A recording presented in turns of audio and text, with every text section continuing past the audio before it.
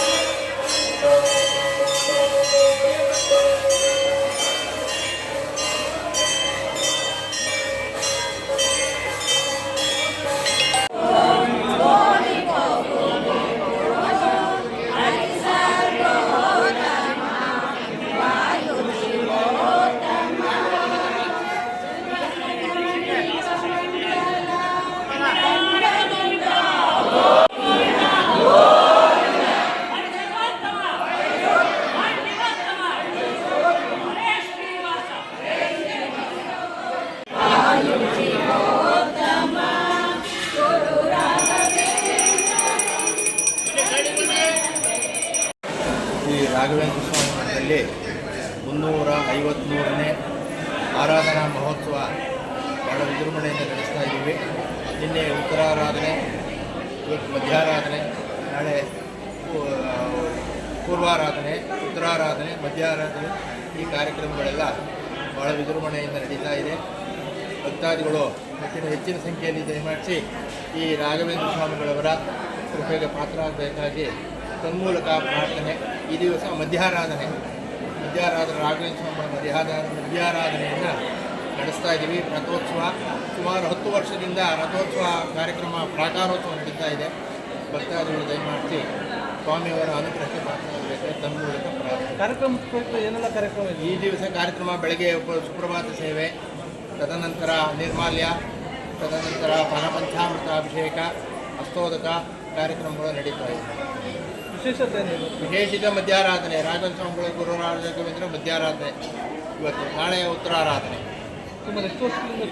ಸುಮಾರು 1978ರಲ್ಲಿ ಈ ದೇವಸ್ಥಾನ ಪ್ರಾರಂಭ ಆಯಿತು. ಮಠ ಅಂದಿನಿಂದ ಇಂದಿನವರೆಗೂ ಕಾರ್ಯಕ್ರಮಗಳು ನಡೆಸ್ಕೊಂಡು ಬರ್ತಾ ಇದ್ದೀವಿ.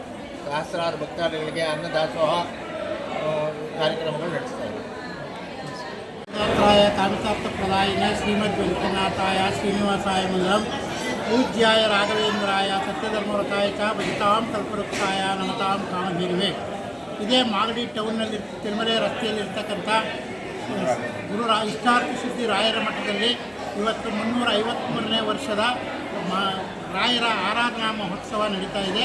ಇದರ ಅಂಗವಾಗಿ ನಿನ್ನೆ ದಿನ ಅಂದರೆ 19/8/2024ರಂದು ಇದು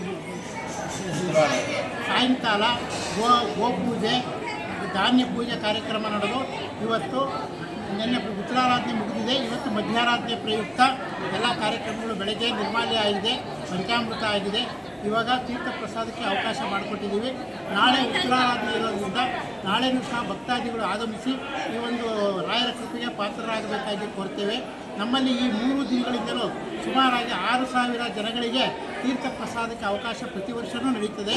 ಇದೇ ರೀತಿ ಭಕ್ತಾದಿಗಳು ಇಲ್ಲಿ ಆಗಮಿಸಿ ನಮ್ಮ ರಾಯರ ಕೃಪೆಗೆ ಪಾತ್ರರಾಗಬೇಕಾಗಿ ಕೋರ್ತೇವೆ.